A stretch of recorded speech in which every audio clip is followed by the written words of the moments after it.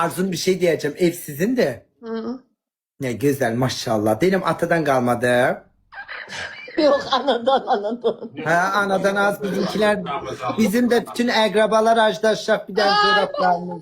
Ay Allah hakkı arzum Allah'ım. Az hamısı benden gözləyir Allah'ım. Millete Kurbanım. Mənim olsa əskim tüstülüdür. Ya buraya yıkıp sürüyecekler sabah yine beni. eskin tüstürüldü deyəndə ne deməkdir onu başa düşürəm. Yani mesela şimdi bizi kaydedecekler. Sabah yine He. yıkıp sürüyecekler. Ha, az elə bir başka şey deyirsən. Öyle değiller de eski tüstülü. Ha. Görüşte onlardan da. Başka şey. Siz Başka. oralısınız. Ben bir tarafım Şəmkir. Ha ne güzel ne yaxşı. O da o mahnını oxu. Şəmkir çay yurdumun ilkin əzəli, burada veren dağımın təbiyyətləri, senden inciməsin. Neçə yaşınız var? Benim mi? Daha çıtıram ben 26. Gideyim sana 25-26 ben dedim. Gördün. Ben dedim. Az zarafat eləm, onun 96'lıyım. Ne? 96'dır. Bacı qocaldım az da. Məndən 6 yaş. Hadi öyle Balaca. oldu. Yok. 30. Ne 30 oldu? olacak. 30. Oktyabırda 30 olacağım. 30 Terezi olacak. olacak. Hadi sen ne Sen neçə yapacaksın? yaşın var Arzum? 90'am mən. Bir gün yoxsan. 90. Keşke. Ay ne 90. güzel.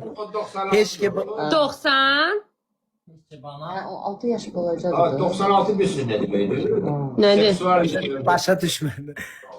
Nədir? Seksual. Nə? Nömrədir. 96. Abesine. Mən xəstəxanada Arzum 7777-ci uşaq olmuşam. Anam nətər tutub çıxarıbsa 7777-ci nəfər olmuşam. Allah haqqı. O da ki belə. Nə bilmirəm. Yazıq arvad 7 rəqəmdən zəhləsi gedir.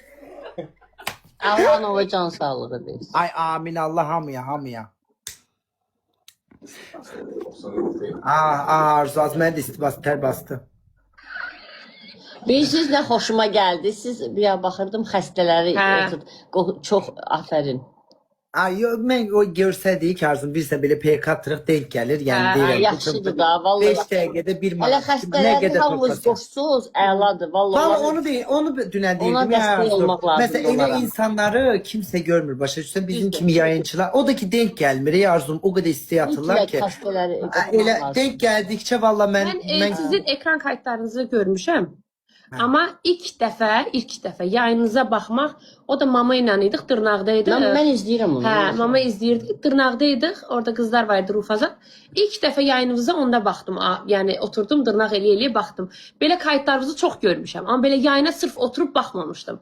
Dedim, doğrudan əməli başlı yayın aparır.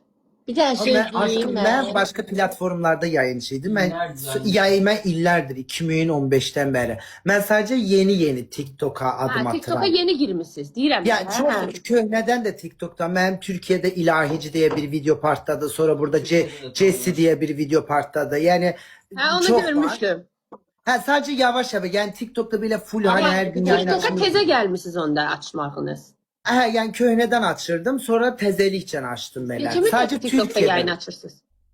Aşkım ben eskiden Big Live diye bir program var TikTok full Türklerde ile ben İstanbul'da kaldığım için illerdir orada yayın açtım hem çevre full izleyici falan Türktü. Ben sonra Azerbaycan'a 2 ildir buradayım. Burada yayın açtım ve keşfet full Azerbaycan oldu. Ona göre İndi siz Bakıdasınız. Ha Bakıda ya. Mən sizi Türkiyədə bilirdim. Yo Bakıda sahil metro tarafta kalıram kız.